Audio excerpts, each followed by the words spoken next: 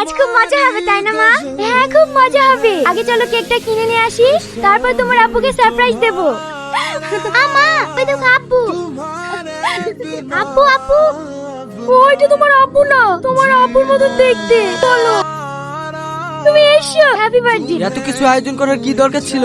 তোমার বার্থডে আর আমি ঘর সাজাবো না? তুমি বসো তো, আমি মাইকে ডেকে আসি। তোমার জন্য অপেক্ষা করতে করতে ঘুমিয়ে পড়েছে। না না থাক, এখন আর বুড়িকে ডাকতে হবে না। আমার সাথে আমার কিছু জরুরি কথা আছে। হ্যাঁ বলো। এখানে বসো।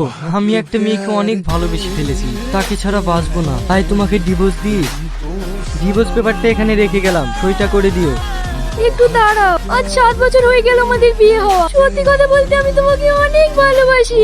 আমি চাই তুমি সব সময় হাসি খুশি থাকো। আর তোমার খুশি থাকার কারণ যদি সেই মেয়েটা হয়, তাহলে আমি তোমাকে স্বেচ্ছায় ডিভোর্স দিতে রাজি আছি। কিন্তু আমার একটা শর্ত আছে। বলো তোমার কি শর্ত? আমি তোমার সঙ্গে 10টা দিন চাই, পারবে আমাকে দিতে?